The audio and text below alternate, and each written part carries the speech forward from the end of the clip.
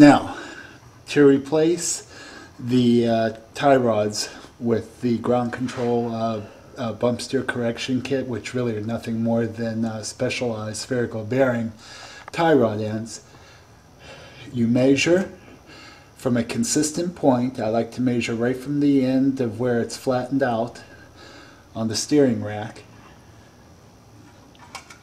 to the center of the ball joint for the steering arm, and that comes out to 31.5 millimeters.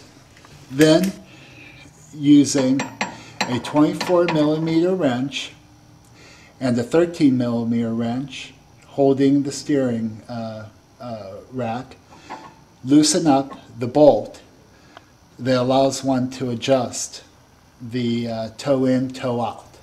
Then, using an 18 millimeter socket, loosen up the nut holding the ball joint to the tie rack.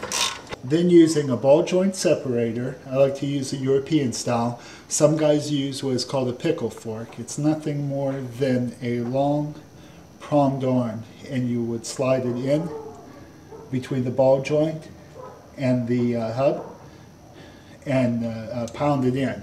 I like to do it a European way, which is to use, it simply works like a fulcrum. Turn until it pops.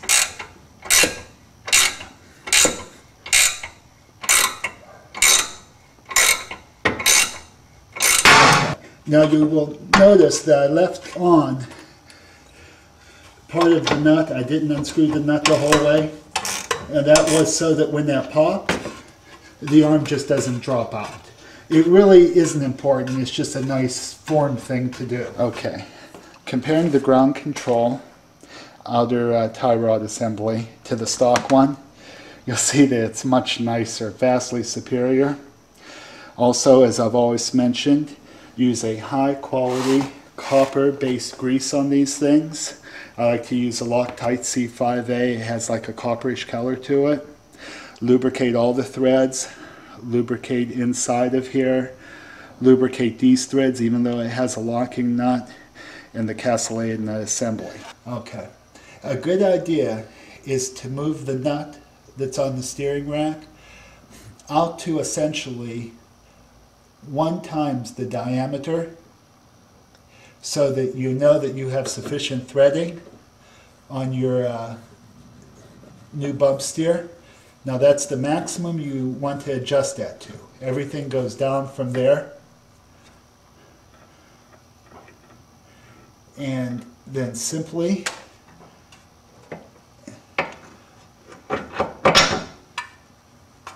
insert it through the bottom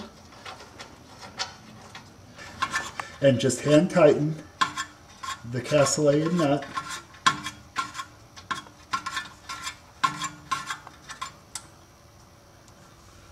And then take a reading from the center of the bolt out to our reference point, which are the flats.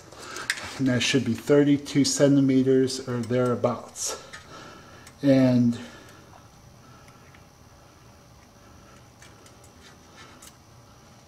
wonder of wonder, we're just about spot on.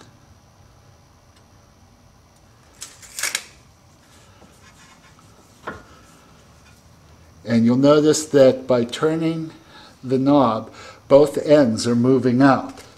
So it doesn't take as much movement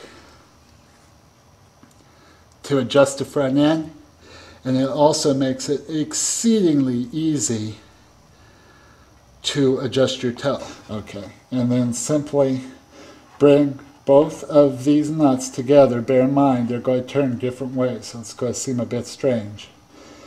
And just bring both of them finger tight.